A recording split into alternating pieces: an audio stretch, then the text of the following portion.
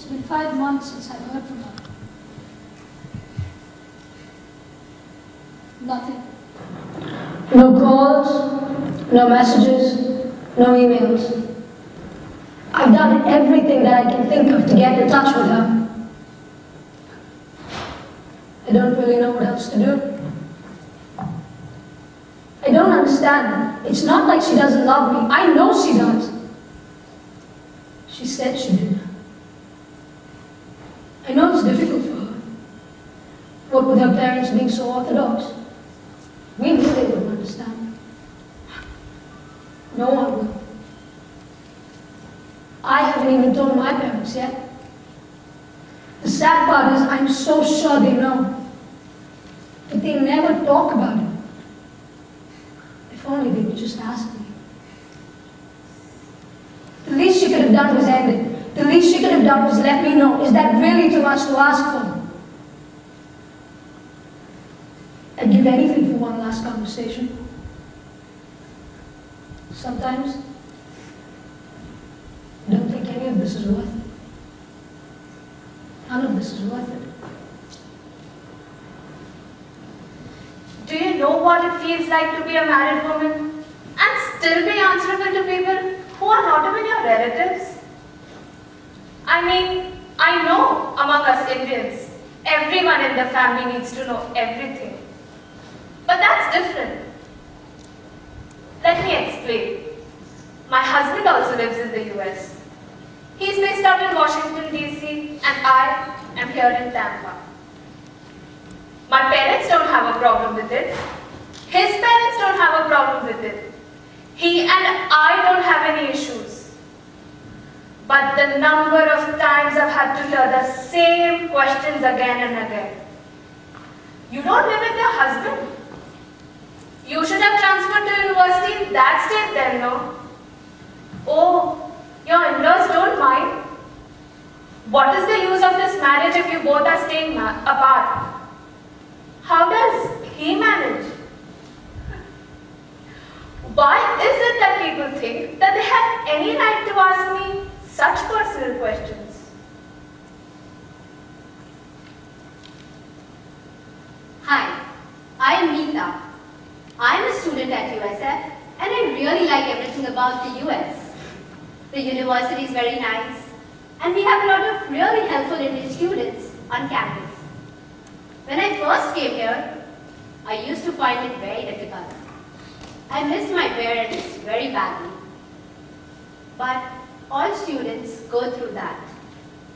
Then I started attending Indian events and I used to hang out with my roommates. I made a lot of friends. My advisor is also an Indian and he's very nice to me. He is very understanding and he's like a father figure to me. When I graduate, I guess I'll work in the US for a while. But then I'll go back to India. There's nothing like home. God, sometimes I just wish that I couldn't hear my own thoughts. I wish things could have been much more simpler. But everything has to be so complicated. My parents want me to get married. And I don't blame them. I'm 28 years old. I want to settle down too. I want to have a family. But first, I want to finish my education and then work. And I don't want to get married to anybody. I want to marry somebody who's educated, who knows me, understands me, and respects my ambitions. I didn't come this far for nothing. But how do I get my parents to understand that? For them, none of this really matters. It's only about which family he comes from, his monthly income, his religion, blah, blah, blah. Maybe I should just tell them no. I'll find someone I like, someone I choose. Ideally, I would have loved to date the right guy before committing. But I can't. If I tell them that, it would break them. I told them I would marry someone of their choice. one thing I have to say. I'm really grateful that I have the chance to study in the US. I miss my family a lot. But my dad always said, I study in the States, so here I am. I mean, it's not like India. I have a few friends and I have my advisor. My advisor is like God to me.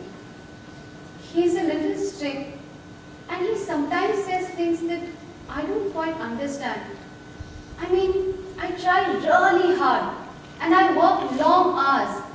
But no matter what I do, he's never happy with me. He never says anything nice about my work. And he keeps asking me questions about my future. After all, I'm in a PhD program that will take me good 5 years to complete. I'll think about my future, but only after I'm a little more clear about my present. But I don't know.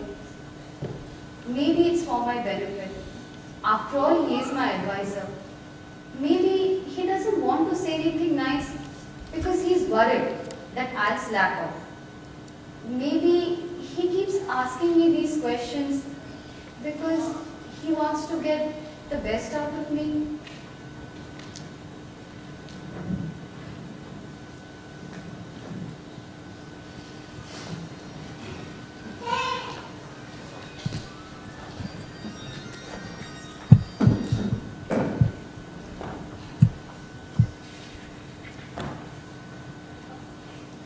Excuse me, do you have a pen I can borrow?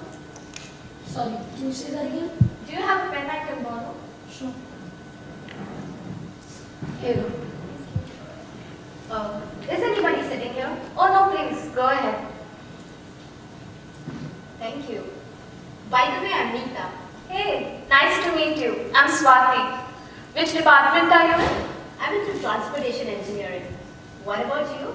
Psychology. Wow, really? I've never met anybody from psychology.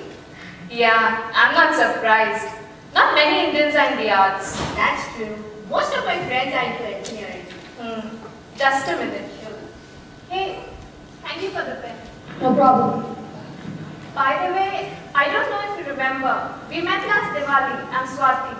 Oh yeah. Hey Swati, I'm Sam.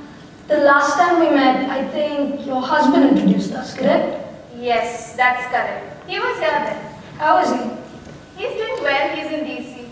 Oh really? That's neat. By the way, you reading Paul? Yeah, you know his work? I don't believe this. He is only my most favorite poet of all time. That's good to know. So tell me, are you also doing your PhD? No.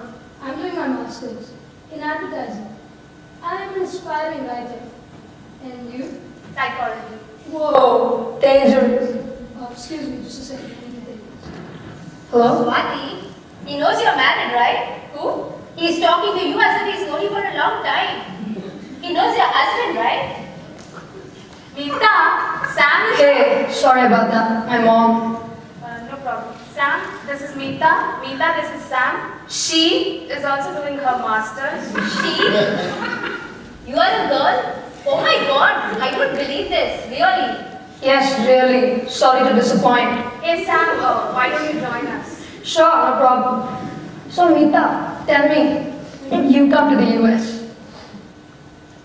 I just came this semester. And So Sam, do you listen to a lot of music? Yep, I never leave home without my iPod. So I think just a second, okay? Supriya? Hey, how have you been? It's been so long. Hi, I know man, work's been so hectic, I hardly had any time to sleep. God, I know exactly what you mean. By the way, this is... Hey Swati, how are you? Haven't seen you in a while. How have you been? I'm good. What about you? And when are you graduating? In spring. Oh, me too.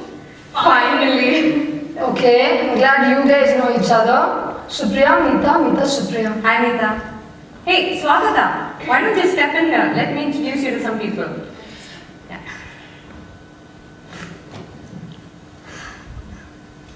Swagata, Neeta, Swati, and Sam. Hey, Sam. Samira. Nice to meet you. Samira? That's your real name? Yes. Hey guys, why don't we just sit down and talk? I mean, Neeta is new and so is Swagata. And we guys haven't met each other in a long while. Sounds good to me. Sam?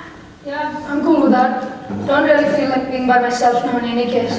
You okay? Yeah, I'll be fine. So tell me, Supriya, what big plans are once you graduate? That's a tough question, Sam. There's so much to think about. I want to finish my PhD and then work. But my parents want me to get married. That's not such a bad thing, you know. Oh, don't get me wrong, Swati. But it's just that back when I was in India, me and my parents kind of had a deal that I would come to the US to study and they would find me the world's most eligible bachelor. But you know, Sam, things are not the same. I mean, I was so different when I was in India. I'm not like that anymore. I mean, imagine starting your life with a complete stranger. It's not as simple as family and education. I want to live my life on my own terms, and I want somebody who gets that. But Supriya, how can you do this to your parents? They're your parents and they know what's good for you. How can you just betray their trust like that? That's not fair. Yeah, I shouldn't even be thinking this way. But I want at least somebody who's as educated as I am. But most of the guys my parents are looking at don't even have a master's. So what, Supriya? Then why are you doing a PhD? And once you're married, how does it matter? What? Are you serious? Obviously, what is she going to do with a PhD? What if her husband is not even in the US? And once she's married, why does she have to work? I don't know why you're thinking about this, Supriya. Isn't it already clear? Hold on, okay? Are you saying that once she's married, that's it? She's just supposed to forget everything she's worked for? What kind of twisted logic is that? What is wrong with that? If her husband gives her permission to work, then maybe she can work. But otherwise, of course she cannot work. In any case, what do you know about marriage? Excuse me? Look at you. You look like a boy, you dress like a boy, and you act like a boy. How will your parents ever find a boy for you? How will you ever get married? Meeta, you will have to marry an American. Or maybe I'm not looking to marry a boy. What do you mean you're not looking to marry a boy? Are you mad? No, I'm not mad. I'm gay. God, do you know what that means? What is wrong with you? What are you saying? Sam, please let it go. Neeta, will you please calm down? I just can't get it, Supriya. Neeta, that is Sam's choice. Why are you reacting to it this way? Guys, I'm really sorry to interrupt. Sam, I don't mean to be rude, but even I don't think what you're doing is right. How can you be like this? It is not right. What do you mean? How can you make a choice like this? I can't even imagine what your parents must be going through. Sam, when I first saw you, I also thought you were a boy. People must be asking your parents so many kinds of questions. Do they even know? No, they don't. But Sam, why will you make a choice like this? Why can't you be normal and just like boys? Okay. Look, I know you guys are genuine, okay? So I'm going to subject myself to your questions. It's not a choice. I'm not choosing to be attracted to the same sex, I just am. And I am not ashamed or embarrassed about it. It's the rest of the damn world that seems to have a problem. I mean, people act like it's untrue, when in fact they know. Guys, just look at me. How much more obvious can it get? I can't even imagine what you go through, Sam. People can be so judgmental. You know, when I meet people for the first time, fellow students or anyone from the community, oh, they talk to me so nicely. But then, when I tell them that my husband and I, we live at different locations, they can't understand it. Everyone is so cynical. You know, I've heard even fellow students ask me, why I haven't moved, why I need to complete my PhD, how they feel so bad for my husband, for what I am doing. Can you believe it? In this day and age, my husband and I are perfectly comfortable with our situation, but everyone else has an opinion about it. And Neeta, it's not just Sam who has to go through all this. What do you think people say to me when I tell some of them that I'm not yet married? When I tell some of my friends what I'm going through right now, I get the exact same reaction that you gave me. I have no intentions of going back on my word. I don't want to betray my parents, but just imagine starting your life with a complete stranger.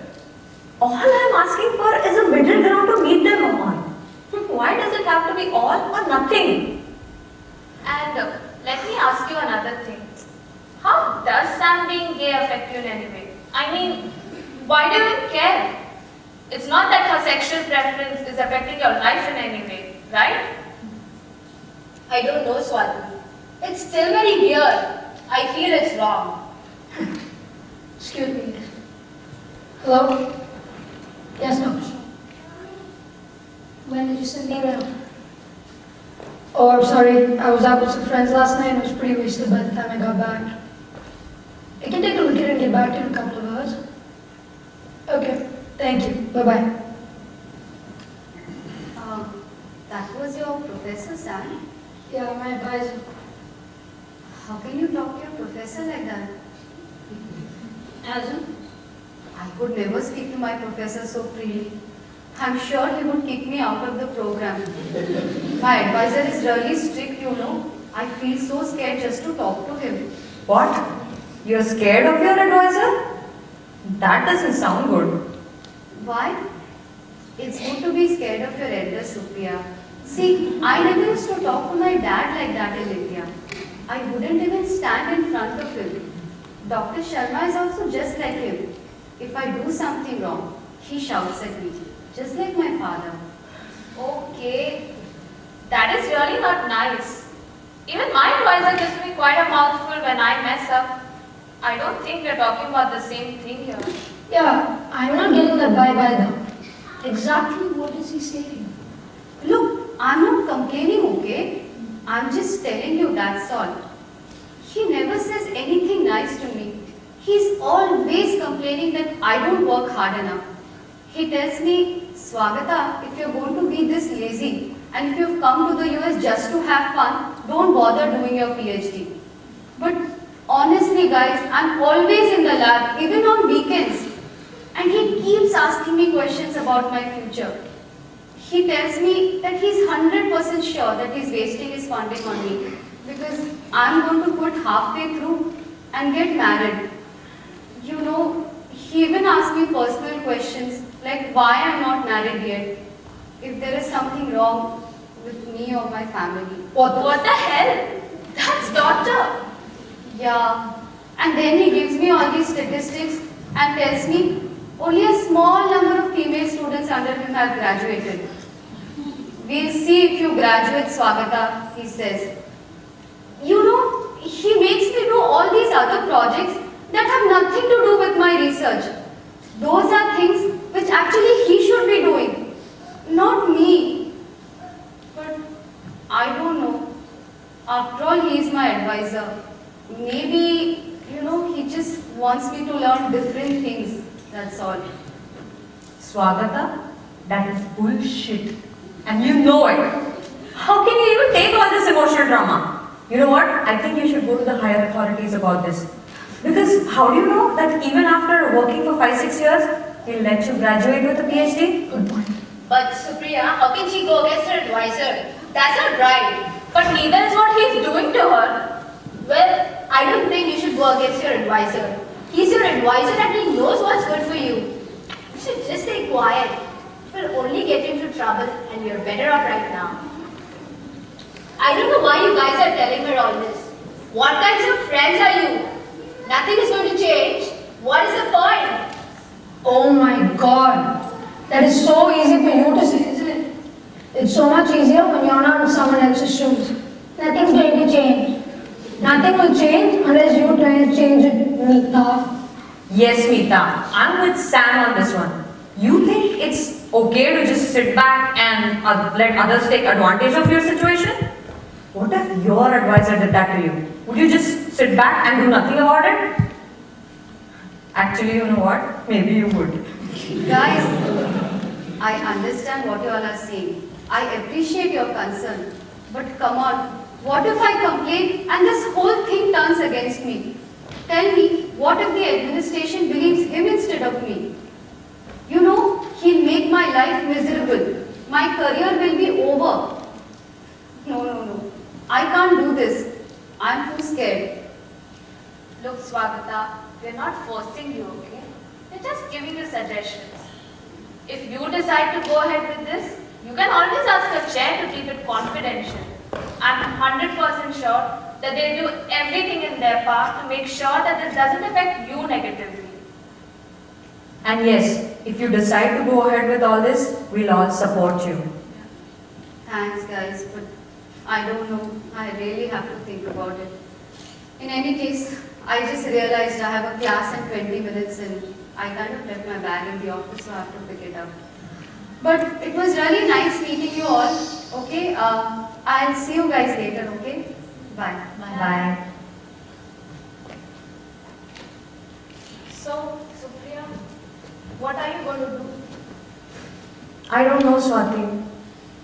I don't want to disappoint my parents. All I can do is just pray that the guy they choose for me is the right guy for me. But Supriya, can't you at least talk to your parents? Just let them know how you feel. No, Sam. The moment I do that, their minds will start working 19 to the dozen.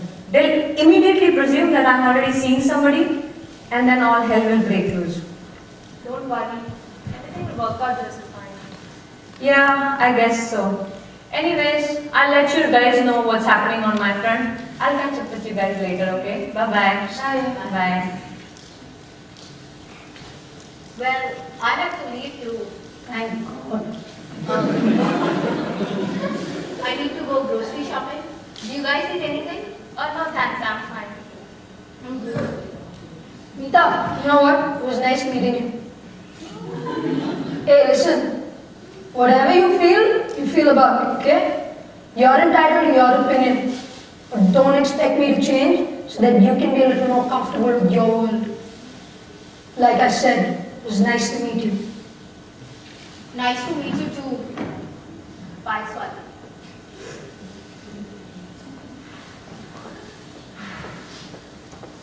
Wow, that was intense. Tell me about it. I thought you were going to throw a punch. Believe me, I wish the solution was that simple. But you know what, Sam? It's nice to have these conversations. At least they're honest. Yeah, I guess. You know, Swati, it never ceases to amaze me. The different kinds of people that there are in this world. I mean, think about it. So much just happened among only 5 of us. Each one of us has our own issues to deal with. Yeah. Now look at us. We are nowhere close to being typically Indian. But at the same time, Meeta and Swagata, who are both very, very traditional. But I guess interacting with people like us gives them something new to deal with. I don't know if that's good or bad, but at least it gets them thinking. Anyway, Swati, I'll make a move too. I have a ton of work to do, and as usual, I haven't even begun. So, let me give you a call and we can talk soon. How does that sound? Sounds great. Okay, see you then. Bye-bye.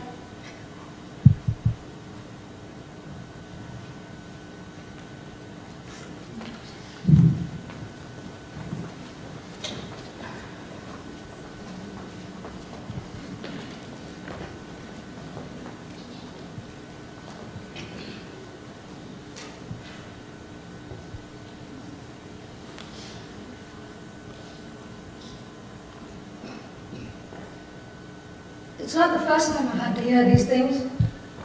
Oh my God. Your poor parents. But that's not right. Don't you ever want to have children? Why are you dressed like that? Your name is Samira, not Sam. You're a girl, not a boy. Don't you think I know that? You think, I'd gotten used to it by now, having heard the same thing again and again. But it doesn't work that way. For some reason, the more you hear it, the angrier you get. And someone like Meeta, she's not a mean person. She's just being honest. She doesn't know any better. She doesn't even know that there are some conversations you don't have. Not like that. But I'd be lying if I said I didn't understand. I do. I have friends like her. I have family like her. It's just too new, too different, for them to understand. And if there's one thing I know, people are always hesitant to accept difference. We're always afraid of the things we don't understand. It's just the way it is. Every conversation is like a new experience to me these days. There's always some new reason that people come up with to justify their insecurities. It's not that they cannot accept other people's lifestyles. It's the fear that if they do, they might actually end up changing their own. Now look at Swagata. Why does she need to be constantly traumatized by someone whom she's known for what, 2 months? But at least now she knows that it's okay to think about what he's doing to her. It's okay to be angry.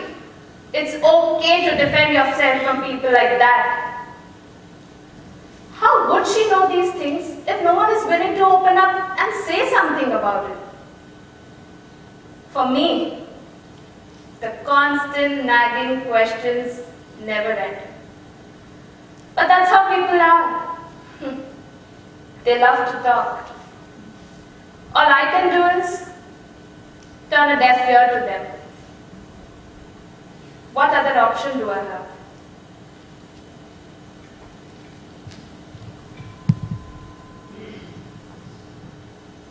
I don't know if I want to talk about this, but I just can't stop thinking about it.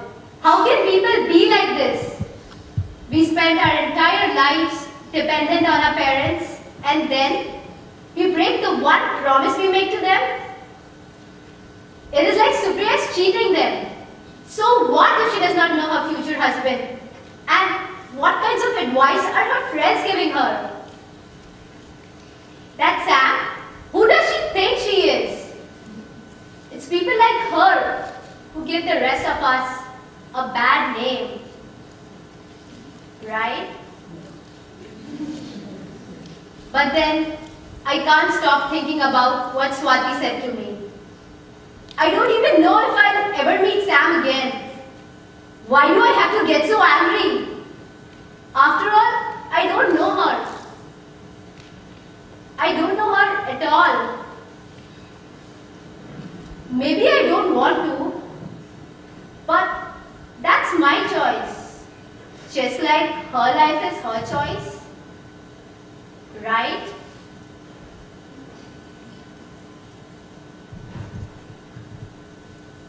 My parents called. Again. The same conversation time and again. What am I going to do?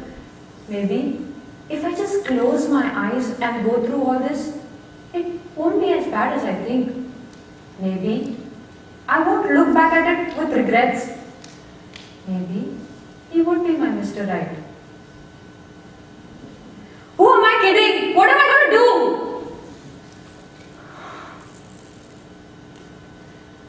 I should talk to my parents. My friends were right. I should let them know how I feel about all this. I'm sure they'll agree. After all, they're my parents. All they want is for me to be happy. And if they don't, even after all this, then I'll take care of it. But I'll talk to them. I'll let them know. I'm sure they'll understand. Yes, they will.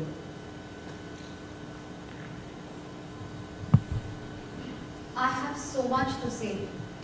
After my conversation with Sam, Supriya, Swati and Meeta, I was so confused. I hadn't thought about any of this before. But then I started thinking about everything that was going on. My advisor, his remarks, my work, what these girls said, and God, I felt like my head was going to explode. So last night, I just prayed, and then I wrote an email to my father. I told him everything that was going on. I asked him what he wanted me to do.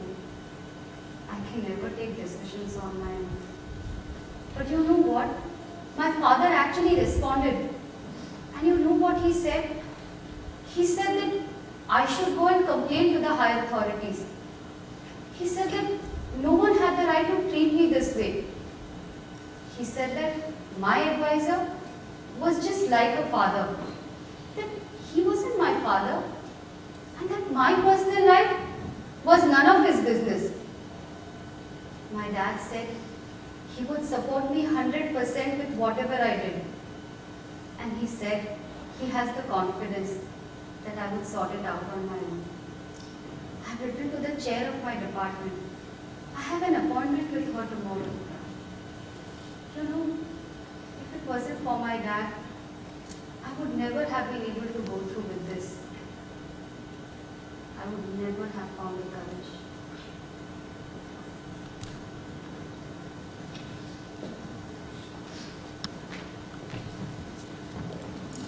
Thank you very much, ladies and gentlemen.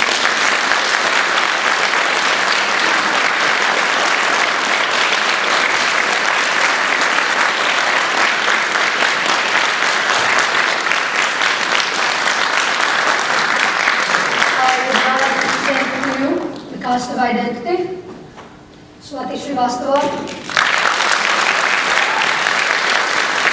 Shravana Mahindra, Supriya Kirkar, Meeta Saxena, Sakshi Mukherjee.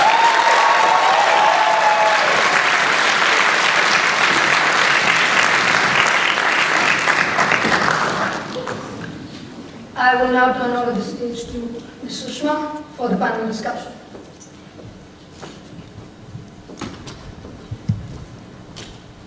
It's fun to be called Ms. Sushma. What a bold and sharp presentation.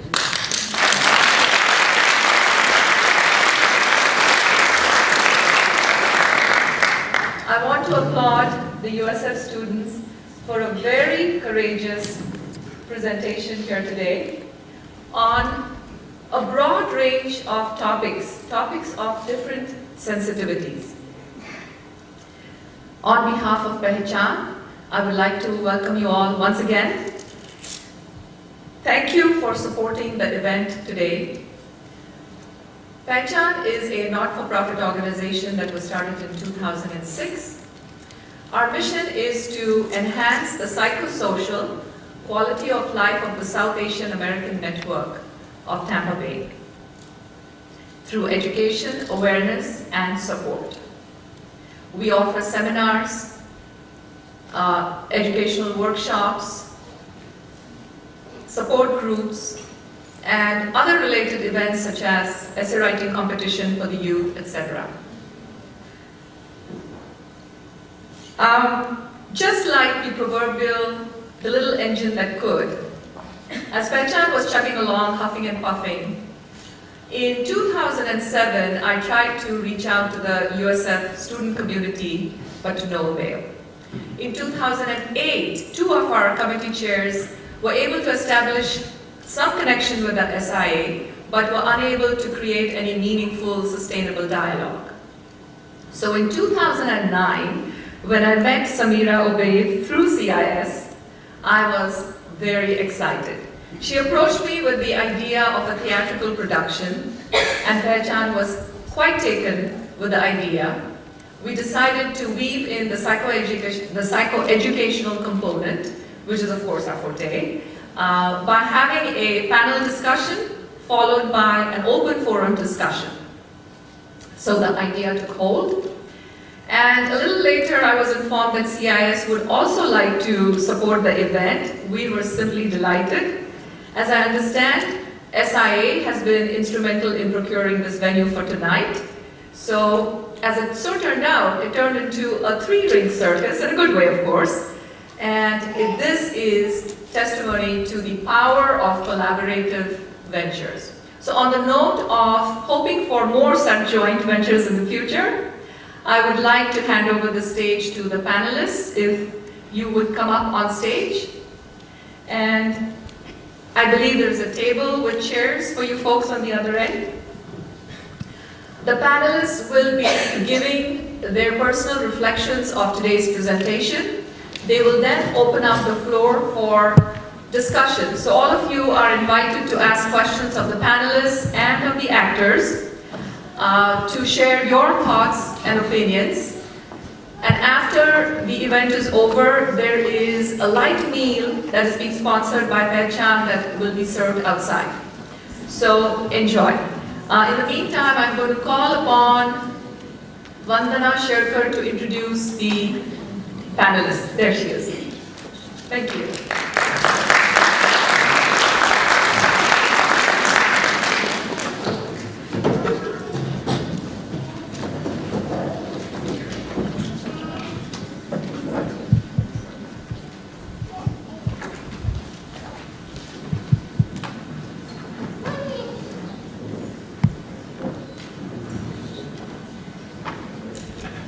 Hello everybody. We have our three panelists. I'll start with the first one, Avni Shah. Avni Shah is a doctoral student in clinical psychology at University of Alabama. She's currently a psychology intern at Tampa VA, specializing in neuropsychology and health psychology. Avni has a master's in social work and has worked as an adolescent therapist and director of parenting program. Then I would introduce the second panelist, Pratisha Basu. Pratisha Basu is assistant professor in Department of Geography at University of South Florida, Tampa. She has an MA from Jawaharlal Nehru University in Delhi, an MPhil from Indian Institute of Technology, Mumbai, and from PhD from University of Iowa. And third, I would like to introduce Dr. Swapna Mukherjee. She is a psychiatrist at University of South Florida Counseling Center and fellow American Psychiatric Association. She has an MBBS from Calcutta Medical College and did her residency training at University of Florida and University of South Florida. So welcome all these panelists.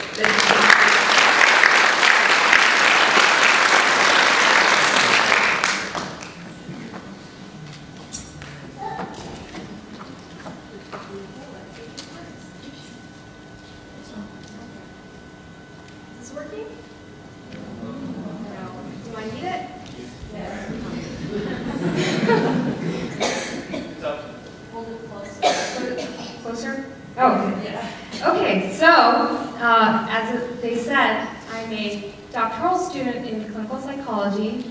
I am Gujarati, and I've grown up pretty much in the States. And my family was very, very strict. And we lived in this rural town in Alabama. So a lot of the experience that these students have very well done, very well performed.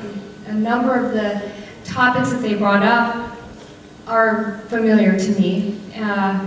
The voice of society, that's also perfect. I mean, a lot of those thoughts come up, a lot of those experiences definitely occur. I'm also in a commuter marriage. My husband lives in Jacksonville, Florida, and I live in Tampa, Florida. I'm trying to finish my PhD in clinical psych. I just have a little bit more left. But we've done a commuter marriage for about 3 years of our marriage. And anecdotally, there's not a lot of research information on this. obviously, there's not a lot of data on South Asians and how frequent the commuter marriages are. However, South Asians put a lot of emphasis on education, and they do it for both their daughters and their sons, especially in the States, and even in India. So having these commuter marriages has become very common.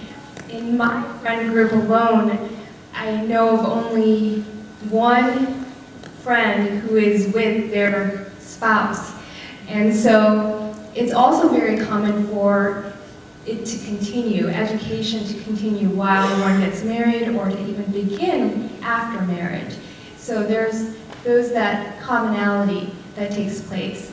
And there are positive aspects to that. One is that you have support of your family members, your own family members, your in-laws while you're going through that process, and the support of your husband. So financially it's supportive, emotionally it can be supportive. And in addition, there are some challenges that take place too, because you have demands placed on you from two sides of family. And I actually lived with my husband's family for about 5 years. And so that was very different for me. And I always dreamed like, oh, this will be great. It'll be just like the Indian movies, and it comes with its own challenges. I love my in-laws, but there are some challenges there. So that's definitely something that I brought up by the group. So that was one of the things that I bonded with quite well. The other one was the question about gay and lesbians and how our society could do much more to accept gay and lesbian groups, because and for me, I've always had a lot of pride for India, because we are a land of so many cultures, so many languages, so much religious variety, and I feel like if anyone can accept differences in one another, it would be Indians. And so I think that is, a good point that was brought up by that topic. And research has shown that in that area there has been some research, and what it has shown is that that group, Asian, South Asian, gay and lesbian groups, do tend to feel more isolated because they don't feel like they can be a part of the community. So taking that into account, we ourselves can do much more in terms of making them feel like this is okay. We can embrace differences and learn from them, and like she said, be enriched by them. I think that those two probably are good for me, and I'm going to allow the other members of the panel to speak, and I'm more than happy to discuss further in a few minutes. Yeah, I'm Shapna Mukherjee. I'm a psychiatrist at the Counseling Center, and this is a very powerful and very complex skate covering many important areas. But the problems are not unique to only the Indian community. I see a lot of patients of European and American origin who have the same problems, especially one with the professor. I see some of the students coming from Russia, Europe, and they are going through the same issues, working 80 hours a week and not praised enough. And then the other issue about separation from husband that I also see in many American and European students, they say separated from the husband, and the same question from the colleagues, how can you tolerate it? I think I was really impressed by Mita being so conservative, because that's not very uncommon. That's a very important issue in not only in Indian culture, but also in American culture. And I think the issue about Supriya's marriage and the traditional marriage, that only I can think about being very Indian, because the marriage is usually, the family choose the person they are going to get married. I think this brought to the issues of how we see ourselves. India has, I think, most Indians has a way of looking at problems in 3 different ways. We look through our own native culture, the way things are done. We also were under colonial power, and that is some way affect our views of ourselves. Due to globalization, we are also looking at things a little bit different nowadays. So the Indian psyche or Indian identity development is extremely complex, the way I see it. And I think in this skit, they brought it up to the surface. I also like to mention about myself. I got married in the final year of medical school. My husband stayed in US, I stayed in India. I finished, I came here. And my husband took care of our daughter when I did my residency for 4 years at Gainesville and in Tampa. So, it is a partnership. I didn't know my husband. It was chosen by my family. I met him only once before I got married. And this is a lovely partnership. To this day, it's such a wonderful, I think we grew up together hand in hand. That's the way I see it. So it's not all bad. If the parents choose, it's not really going down the tube. And I think that's all I have to say. Do you want to? I'm Pratyusha Basu. I'm an assistant professor in the Department of Geography at the University of South Florida. And I want to thank you all for an extremely thought-provoking and very confident presentation. I think it was put together really well. It brought up some issues that we discuss in our social contexts almost on an everyday basis. And I just want to say a few things about identity in general, because we sort of grapple with it on an everyday basis. It's what is the most intimate of our problems, our identity. And especially, I think, when it's complicated by gender and sexuality, it becomes even more a source of tension. Because I think what was shown very beautifully in this play is that identity is not just one thing. So it's made up of these intersecting strands. And it's this tension between the strands that creates the kinds of problems that we are seeing, because it's not just about being women. It's also about being students. And I think these two identities are seen sometimes as different. As was said in the skit, it's not as simple as family and education. And yet, every day we are sort of forced to simplify it. We're forced to choose between family and education as if they were two separate things.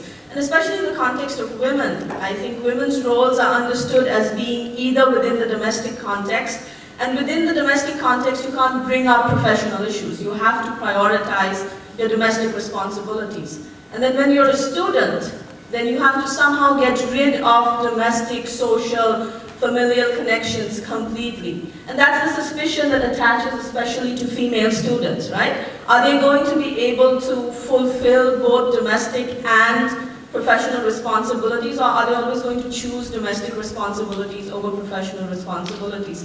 And I think it's also something that men are facing as they become involved in child rearing and in supporting their partners, that there's this constant pressure. I'm an advisor, so I advise students, and I have some of these fears too, right? There's this constant fear when someone says they're getting married or they've fallen in love. We always have this fear that, oh my God, is that going to interfere then with your thesis timeline or your dissertation timeline? And I think we have built our universities in such a way that these different identities are not accommodated as easily as they should be. And so that's one thing. The ways in which domestic and professional responsibilities clash with one another. But then it gets further complicated by immigration. Because now you come up with these problems with identity, and there's always the tendency for people to see that as a cultural problem. It's an exotic issue. It doesn't quite apply to the rest of the population here. And as Swapna pointed out very nicely, that's not true. These kinds of issues are sort of faced by all people. And so how do you take what seems like an exotic issue in terms of choosing your marriage partner or being in a long-distance marriage, and how do you understand that it's something that the wider society faces too? Because at some level, being an immigrant provides a certain kind of freedom.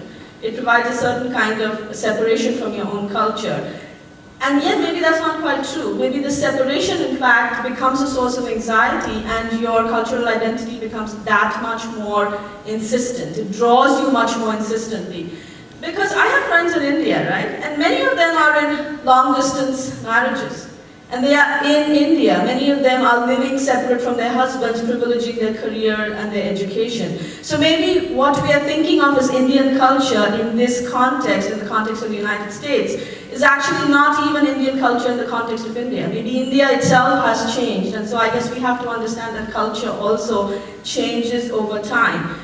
And so what is the solution? I think the struggle is always put forward in terms of Western notions of individualism, to which supposedly immigrants are susceptible when they come to the United States.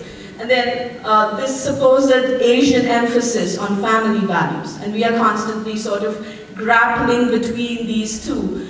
But I would say this struggle between individualism and family values is actually a struggle over how many different kinds of identities we possess as human beings, right? That our creativity allows us to have many different kinds of identities, and yet the social sphere that we've created for ourselves insists on making those identities simple, easily understandable, so that you can fit into a category really easily. But I think what was really interesting about this skit and then the kind of discussion that we are having is that we have to move away from thinking of these problems as individual problems to looking at the ways in which they are constructed socially by other people. Because one of the constant refrains in this play, of course, was that it's other people that seem more worried about our identity issues than we ourselves might be. It's the rest of the world that has a problem, as one of the actors put it.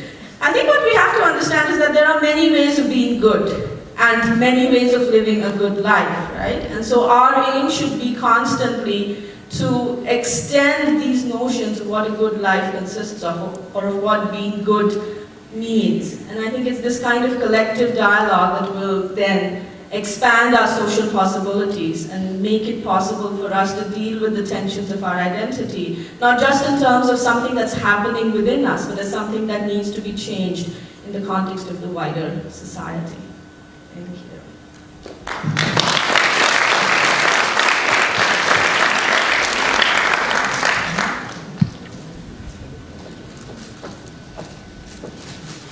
So any questions, anybody? You're free to ask questions of the panelists, of the actors. Yes?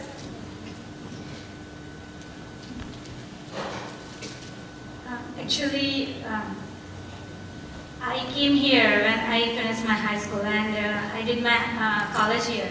So being Indian, I felt like I was supported. If I was not Indian, I wouldn't be supported by my family. So I think being in my tradition, I feel more proud.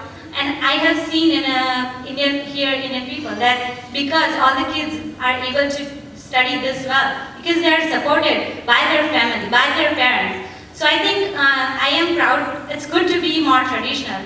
And we should be able to see that there are so much good side. We take it for granted that we don't realize how our culture is good for ourselves. But when we see other culture, how people are they are frustrated living alone, then we realize that, being Indian, we have so much good thing. And even in India, I agree that some people take it for granted, that they don't realize that this family system they have or the good social life they have that helps them so much and helps them not being, there are so many people otherwise they'll be more depressed. So I think being more tradition, I always felt, because I've been here for 10 years and I always felt, always my family was with me and I always felt that being more tradition always helped me. So I don't know, I mean,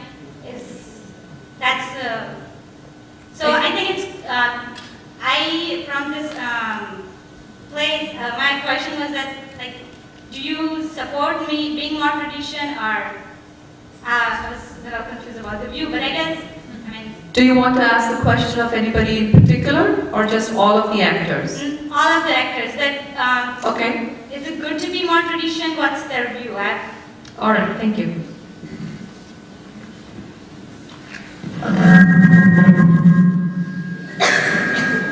I'm sorry, I'm pretty sure that wasn't me.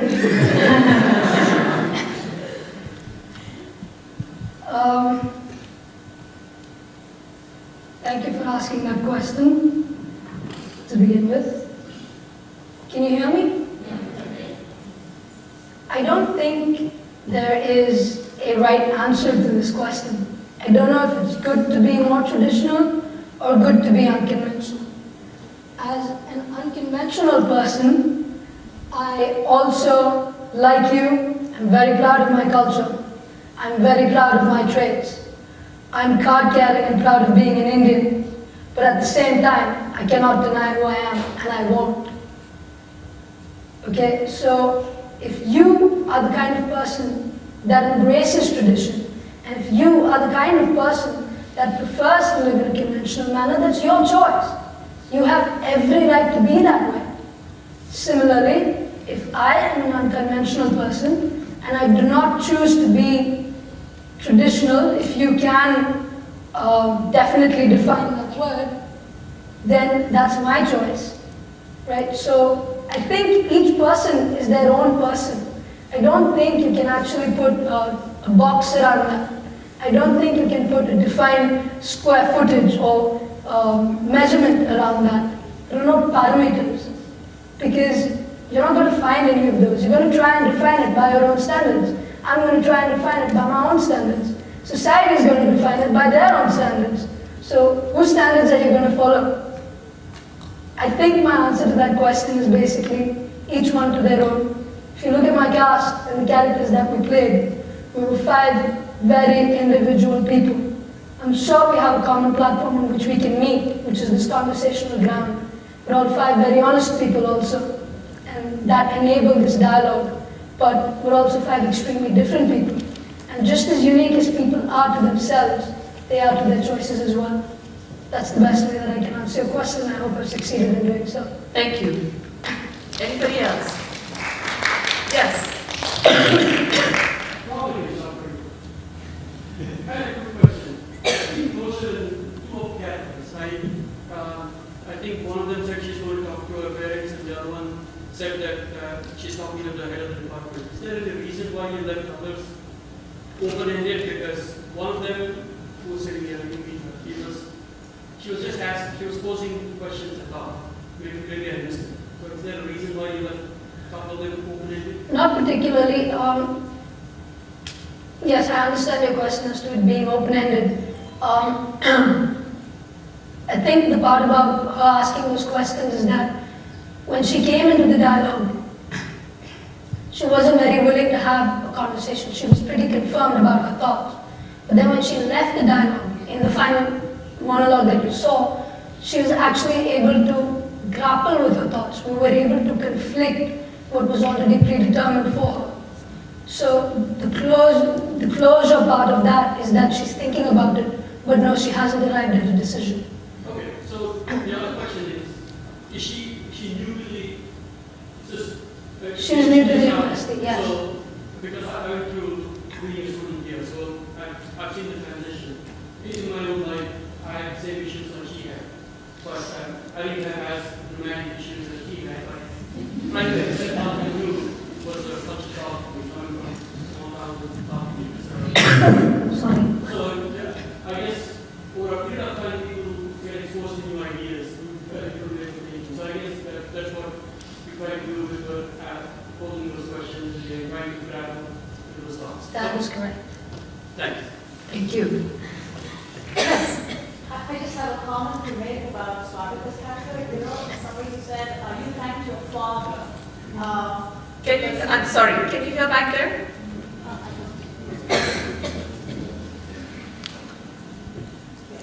So you basically thank your father for giving you the courage to speak about your biceps, the chair.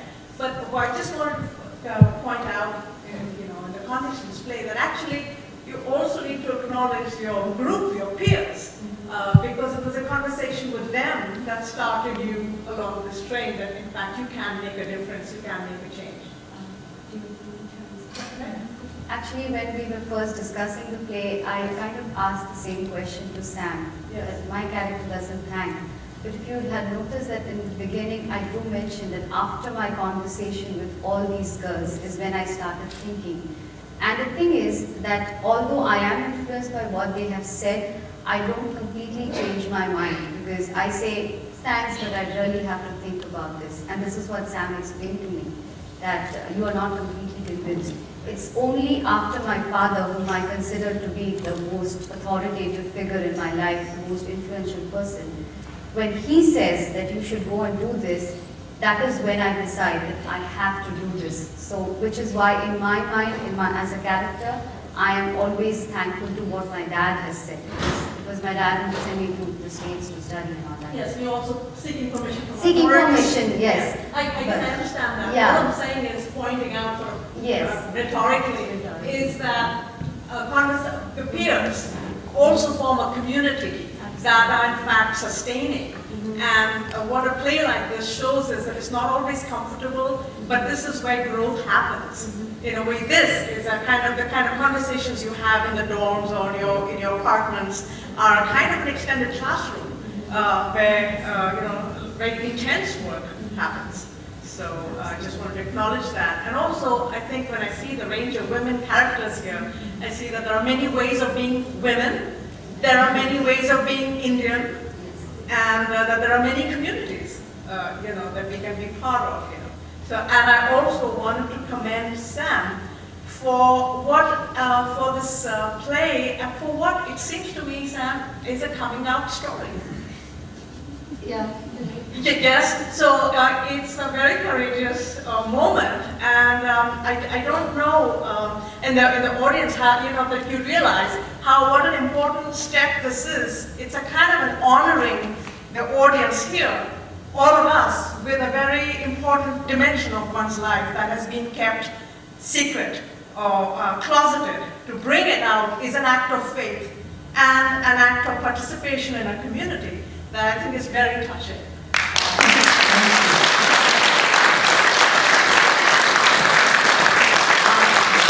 question back there.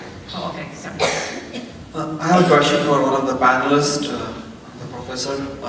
Why do you think the students who come from Asian region are not very friendly? Like as Swagata played the character, that she's always has a mental block about not opening to the professor or feeling somehow like not very friendly with them. Why do you think that's more with Asian students? Is that the system that back in India, we always told that we always respect teachers, and we are kind of afraid of the teachers. We can't go against their wills, their whatever it is. So why do you think it's more common with Asian students? Is it more that the Asian professors don't open up with the students when they come in, or they don't make them more friendly? Because I've been in the same shoes as her when I did my master's at USF, and I had an Asian advisor, and I was the same, like whatever I did, it was like thrown out of the window and was never praised. So after a while you start losing interest in what you're doing, and then you try to find ways to graduate and get rid of the advisor basically. So that was it ends something, which didn't end up in that in my case, but why is it that way? Well, I think we have changed like that because I had the same kind of issues with my advisor too, being respectful and listening to what they say and trying to accommodate it. So I think the ways in which we are trained in education in India, especially, I think it had partly to do with the size of the classes and the ways in which we were not given individual attention, right? And so we sort of accepted that these are the rules that you play by, and these are the rules that you have to succeed within. So it's also the power structure that we are used to. We are used to following rules. And so we quickly want to know what the rules are so that we can get it, we can excel at it, and we can come out of it properly. I think this was a really interesting case because the advisor is also Indian, right? And I think that there are certain issues associated with that too, because we're not actually bringing up, and I'm sorry to sort of insert this, but we're not bringing up the anxieties that attend on professors of Indian origin in the American Academy. And I think you have to also understand that they are also playing by certain rules, trying to succeed in a certain context. And the ways in which these relationships are set up and why certain students are sent to certain professors and certain other students are not. But I think it's not just in the context of Indian students, though it is more. I know that if I have a foreign student to advise, that student will be much more respectful and attentive, much more willing to listen to what I have to offer, rather than if I advise a student who is, from, I shouldn't think so. But I think what we have to sort of, and it's these kinds of discussions that are really important, we have to impress upon students that come in here that yes, you can speak out. You do not have to be in an uncomfortable relationship. You should definitely change your advisor for whatever reason. I mean, it has to be a relationship of trust. A relationship in which you can talk to one another. And so if you cannot talk to your advisor, if there's an element of fear in that relationship, then you're well within your rights to move. There are no costs associated with it, even though it might seem to you that there are costs. There are no costs associated with it. There are no professional costs associated with it.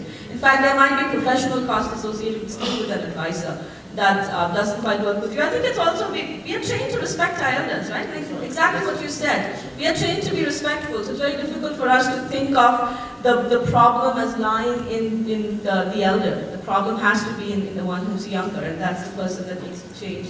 So maybe we have to work against these kinds of ideas, and I think it's in these kinds of forums that we can actually discuss issues of this kind. Did you want to say something? Yeah. I'd like to say that this is not only unique with the Indians, because my husband is a professor of mathematics, and his Chinese, Korean, Vietnamese students are like that. Even his younger colleagues, who are very young, much younger than him, they will sometimes be just like that. So it is probably the Asian culture. So that's what I think. Yeah, what I've seen is once you graduate, you become too friendly with your advisor. I don't know why, but it happens. It happened with me, so I can say, hey man, what you're doing, which I was, yes sir, just bowing my head, kind of that. So that's what happens. Thank you. I think we move on to the next question. They're like that. I'd like to move on to the next question, if we may. There was somebody way back there.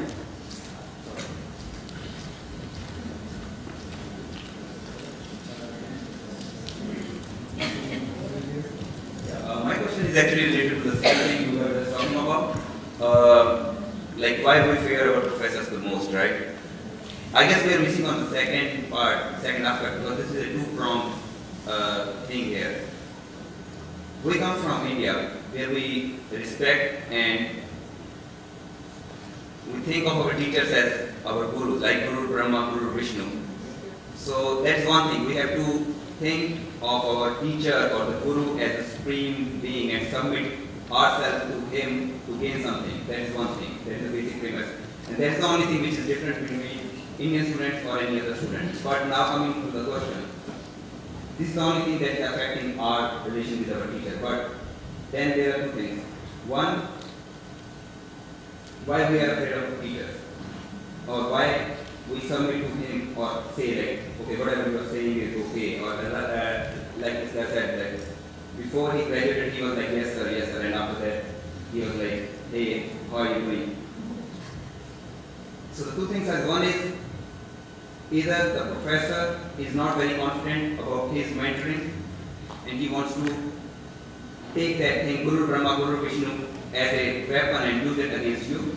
That is one thing, we have to admit to that. But we should be courageous enough to admit it. It could be us too. we don't know our stuff, and we are somehow afraid to acknowledge that we don't know our stuff. We just say, okay, yes sir, I just need to graduate. That's all. So it's either one of them bullshitting. We have to acknowledge our part also, like we may be at fault. That's all I would like to say. Being in that type of situation myself, I've been working with a professor for numerous years, and I have noticed that for me, the hardest thing is to speak up and be assertive with my professors and say, hey, this is not working for me.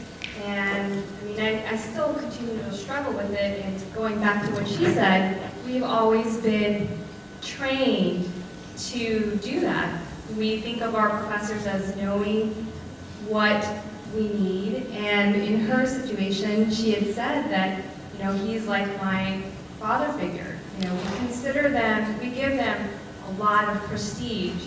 And if they say something, we really strongly consider, hey, maybe this person has a point. Maybe I should be working 10 times harder than other people, or, you know, and it's, part of it is learning how to communicate and moving past some of those issues and saying, okay, these are my needs, this is what's normal, this is what's not normal. Like, if this professor is asking too much of you, being able to say, you know what, this is too much. And part of that is in these conversations with other people that you would realize that what they're asking is too much. But your point is really great, because that's exactly what so many people are asked and trained to do. Thank you. I've just been informed that we are running out of time. Is there anybody who has one quick comment and or question? I know one person has been raising a hand for a while now. I think I'll just... Sudeep, would you be able to give it to the young lady there? I think it was a little unfair when you said you are unconventional and not traditional. It seemed as though you were blaming the Indian culture for that. It's just that the people are close-minded and not the culture. I mean, it's the same with most of the Asian countries and Middle East, I guess. So I think it is wrong to blame Indian culture or tradition for not accepting homosexuality or whatever. Was this when I was answering the first question? I'm not blaming the Indian culture for anything. All I said was that I'm very proud to be a part of the Indian culture. I am an unconventional person. That's me, individual of my culture, individual of the geographical location that I come from. That's just who I am as a person. Let alone the culture, let alone where I'm from, let alone where I've studied, let alone who my parents are, let alone what my family background is. An unconventional person is just who I am. I've always been that way. I'm very proud of my culture. I don't remember what you're talking about when you said I blamed it because, and I apologize if I did, because I would like to make it very clear that me being unconventional has nothing to do with the Indian culture. It wasn't you. The girl behind, she said, I love my tradition, I love being traditional. Being traditional doesn't mean you want to be who you are. Right? Thank you. I Thank fully you. agree with you. Okay, one more. Last guess. This one's directed to Samira. And first off, go girl. You rock. Thank you. What I wanted to say was that from what I've noticed and from what I know you, that you are to the T, this was pretty much who you are, even off stage. And so pretty much Dr. Grewal kind of mentioned what I was about to ask is, did you think of the repercussions that this would have on the people that don't know you very well and their perception of who Sam is, or did it not matter at all? And if it did, then I mean, what did you think of that you concluded to continue on with your whatever your current character was to play? I thought of the repercussions, thought about it a lot. It was a difficult decision to make, but people are gonna think I'm weird, I'm strange, I'm bizarre, no matter what I do, no matter whether they see it, no matter whether I tell them openly, or no matter whether they judge for themselves. Again, it's about choice. If they decide that they still want to get to know me better, and if they want to be my friend, they're most welcome. But if they decide that they would rather stay away from this person, because like Swati said, it would influence their lives or would change their lives in some way, for them, it's their choice. They're entitled to make it. It's something that I think it's your birthright to be able to make a choice. I made a choice to tell. It's everybody else's choice to choose. That's as much as I can say about that. Thank you. Thank you all.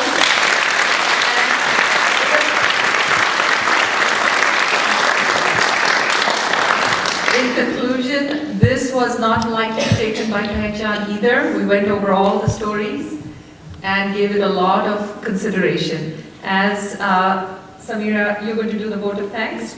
On behalf of Pehchan, we would like to give our thanks to the panelists as well as each of the individual actors. And thank you all.